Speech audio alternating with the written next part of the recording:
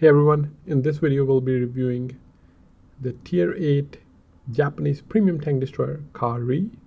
The tank is available essentially for free with basic season pass that you can buy for 2k gold, and you should because you get more gold back in return. So the tank is essentially free, no reason not to buy it or not to get the season pass.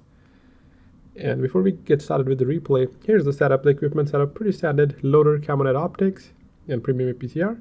And for crew skills, they're pretty standard as well. The only difference is instead of using snapshot, I'm using clutch braking. Snapshot works for fixed turret tank destroyers, but not as much. So clutch braking is a better option so that you can effectively shoot the targets if they're trying to circle you. So in this game, the first map is in Live Oaks. Also, if you haven't watched my video of how to play Live Oaks, as it is a returning map that was added this Tuesday, and you don't know, there, click on the tag above or the video at the end of the screen at the end of the video. You'll be able to go to the guide. And another thing I want to mention is with this patch, they have updated the matchmaking, and that's a huge improvement for tier 8. Tier 8s were already getting some love as we were getting a lot of tier 8 tanks. More people were playing tier 8s, also because silver economy was reduced. But so you were having better matchmaking in tier 8. But now what they have done is it's not particularly tier 8, but essentially tier 6 to 8 are getting a huge improvement. And what that is the changes to matchmaking, that whenever the matchmaker is trying to find tanks for the queue, and for the first 2 minutes, if it didn't find at least 5 bottom tier tanks, it will create a match without them. So there will not be any more cases where there is only 1 or 2 tier 8s in a tier 10 game, or 1 or 2 tier 7s in a tier 9 game. You'll only see tier 8s and tier 9s. This kind of gave it's like a passive +1 -1, as I did play since Tuesday, and we've been getting more and more games where I only play against 9s or 7s. And even when I do play against 10s, there are at least 5 tier 8s that I can fight against. It's not like I'm the only tier 8 and going on against the tier 10s. Now let's get started with the review. This tank is a fixed turret TD, and in short, it is a Japanese J Panther 2. J Panther 2 is a very good tank. It is also fixed turret, a German tech tree vehicle. This is a premium. So before you set any expectation about this tank, it is a fixed turreted, and fixed turreted will always have a disadvantage compared to turreted tanks. So in short, a tank like Shashka or SU-130 PM will always be a better option because it has great camo, it has better alpha, speed, everything is good, and it has semi-transversible turret as well. But that does not mean this tank is bad. This tank can do its job better than J Panther in some ways. So I'll tell you why this tank is better than J Panther in which specific ways. First, it has the most important difference, which I feel is the gun arc. It is 12 left and right as opposed to J Panther's 10. You need at least 10, but anything above 10 is a bonus. Less than 10, it's very frustrating to play. Second is, it does have less pen than a typical TD or J Panther 2. Premium APCR is 298 as opposed to 311 J Panther. However, it doesn't matter because the pen drop is only 18 meters over 500 meters. So its pen drop at 500, or penetration at 500 is 280, and J Panther's penetration over 500 is 263. So that is 48 pen drop. So when you are sniping in this vehicle, which you will be most of the time early game, as it is fixed turret and you can't really brawl early game, you should be more effective penning your shots because of less pen drop and better gun arc. In addition, it has 11 meters better base camo than J Panther, so you could peek around corners more effectively. It might not seem enough, but when you put the camo skill as well, which is a relative camo, you get another couple meters, which again, like 13-14 meters might not seem enough, but sometimes that's just enough to peek freely in a situation where you can't play long range. So it does make a lot of difference, and same applies to this tank as well. Same view range as J Panther, 380, pretty standard. It is big, but for some reason still has decent camo. It's workable, and just make sure you drop the bushes whenever you're playing this tank, as bushes every tree works. So you drop the trees every tree works, get extra camo, and you can able to free peek enemies and get the first shot. You'll more likely then get spotted when you fire, but you still have time to come back, right? It's better than to being spotted when you're going in for a shot rather than when you're retreating. The tank is frontal mounted and has 7 degrees of gun depression, and it does have decent rotation speed as well, good power to weight. All in all, I would say I would rate it for a fixed turret TD. I would rate it 8.5, maybe 9. But if I have to talk about overall tank destroyer, I would rate it 6.5 to 7 at best, because being fixed turret is a huge disadvantage. You don't have that high alpha either, like SU-152, which hits for 700, right? That just reduces your peaks and less exposure. That means you just trade better. It has 500, which is decent, but again, there are better tanks. When you are fixed turret, you kind of expect a little bit more. So you don't have to trade much. This, however, has somewhat armor on the superstructure, but don't rely on it. I will not recommend to rely on your armor. Yeah, it can be useful late game, but the best thing is to use your camo. Camo is your best armor. You won't get shot.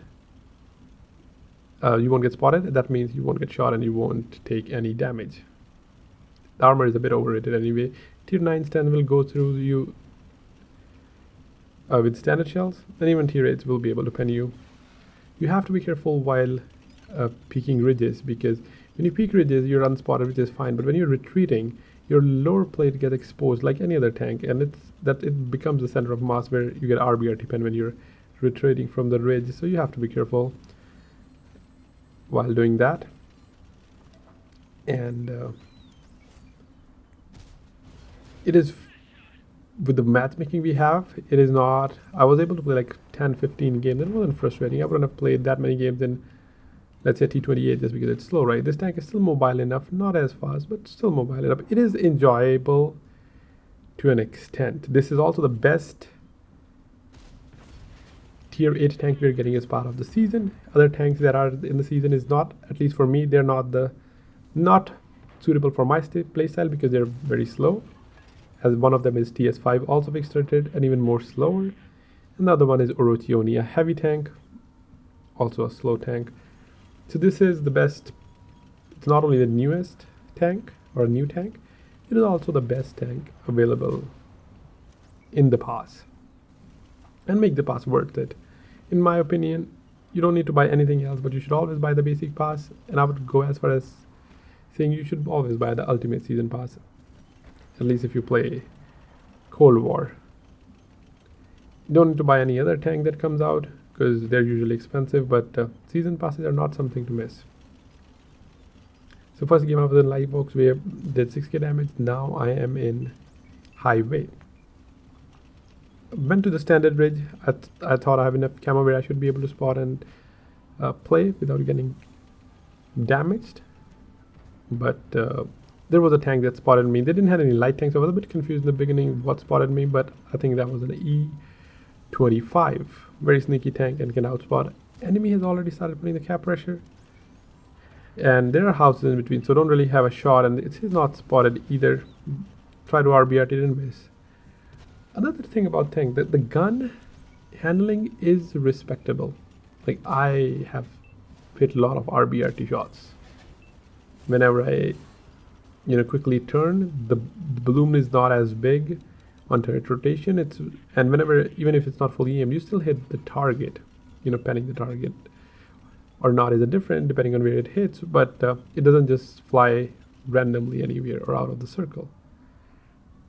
So the gun handling is very similar to tier 10 SP114, or that's how like the gun handles. You hit most of your shots. I am going with optics because I at least wanted enough view range so that I don't have to rely on anyone else. But you can go with vents as well if you want an extra DPM. The tank seems more or less same from PC, but except the reload nerf. And the key is use the camo that you have. It is 260. You can get it up to 260. Anything close to 250 is very good. You get it is 260, so it's still very good. anything below 300 is kind of acceptable, but as you get close to 250, it's very good, and if you get close to 200, that is just epic. You should still be able to outspot a lot of people, or not, or at least all the heavies, and also the tank destroyers that don't run the correct setup, like Camouflage. The score is 11 against 8. We are winning comfortably. Three tanks lead. Striker gets spotted, put a shot into him. As you were saying, he was moving, and that's where the 12 degrees of gun arc comes in handy. That I was able to hit that with a little ease, right? The last thing you want is you are leading a target that's moving in your fixed red tank, and then your gun reaches its arc. The arc is still not as good as the AT-15. Now those tanks are the god of gun arcs, but still good enough, better than some of the Russian fixed tanks like the Su-101 or Su-152 or 130. The fixed turreted ones. Still leading by 9-6, and Sashka gets spotted, and you saw here. He was spotted. I was watching somewhere else. This RBRT, and it hit him. Shell velocity is 1150. Not the fastest, as we are used to, more 1200 or 1250 for bigger guns. Obviously, we won't get 1500. Those are mostly for 105 mm. But for a 127, 1150 is above average. It's decent, but J Panther has 1250, so a little bit less, but still acceptable. Not acceptable. It's still very good, right? I think 1000 below is where the struggle starts. 1100 is kind of acceptable, but 1150 for this category is what you're gonna get in high-end cases. I don't think there are many tanks that has faster shell velocity for the caliber. Our team made a push, and all of a sudden the score is now even. I am full health, and as I said earlier, I just don't like to get spotted, or when I fire, try to put a shot in this unit, and the shell depths. I think it hit where I aimed. I guess I didn't have enough space to hit the UDIS. A very small tank as well, but the caliber is also big enough to pen the sides of or overmatch 40 mm of side armor on a lot of tanks, and that's very helpful when you're fighting higher tiers and they're kind of overexposing their side. G-Sword gets spotted in the city.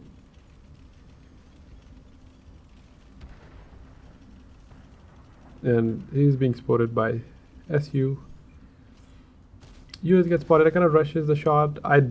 It was supposed to hit it should have hit the target, but there was a destructible object in front of him, and I wasn't able to penetrate. We lose another tank, which is a Kari as well. Do manage to pen UDIS this time. And I'm being targeted by G-Sword. He's probably on reload. The hands he hasn't shot me so far. And decided to retreat, create more distance, get hull down so I can pen them when they come through the city. Unfortunately, UDIS gets spotted at the same time, and since I was, if I had a turret, I could have shot him, but because of the fixed turret, I wasn't able to. Two more tanks get spotted.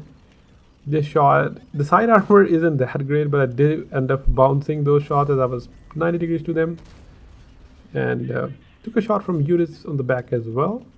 He did pen me, and then he didn't pen me this time though. I took my time to aim, and I was very surprised when that shot didn't pen, because it should have been an auto overmatch with the 30 mm of upper plate. But I might have hit something which has a little bit of an extra armor. Came to rescue my Pershing. I put a shot into the TD and Pershing finished him off. I realized Pershing is one shot, so I decided to be aggressive so that I'm the one that takes the shot from UDIS. However, he focused Pershing and do pen him and then pen him again. I got lucky that SU penned me, and Or bounced me the first time, but however, he did pen me the second time. Penned me again. Now I didn't have much time. I could have just stayed here. But considering how he penned my super strikes the first time, it was very easy that he'll reload and pen me again. I hoped for the best, that I probably will out-reload him because he had fired, and I'll get to him in a position where I can shoot, and I did get lucky that I managed to finish SU. And now we have 1v1. Uris was last spotted killing our artillery. Going towards him to see if I can kill him. We both are one shot for each other. But Uris disappeared. I thought he might have gone left, so I'll chase him for the next couple minutes. And while we're doing that, we can go back to some of the things about the tank that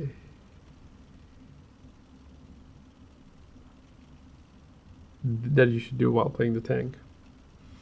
The key is, as I said, you shouldn't brawl early on, because no matter how good a tank is, if you're a fixed turret, you will get penned. And this tank doesn't have the greatest armor either. You're not a heavy tank, but you can use your HP in the end, which I did. As you saw, that we were able to trade. We got some lucky bounces. 1340 blocked. That's not something you rely on. It's just down to poor aiming by the enemy team, or maybe they have stock gun. You will definitely can be aggressive if it's tier 6, or maybe tier 7, their stock, but not something that to rely on. I'm trying to find the Uris, and at this point, I don't know if he went back to the base. Why is he not capping? And I can't really go to his base, because if I did go there, he might jump on the cap and I won't have enough time to come back. So I decided to go to the town to hopefully spot him. But it's very likely, if he has the correct setup, Uris will always outspot Kari. 4 minutes remaining on the clock. And an effort to try to find Uris. Impossible task.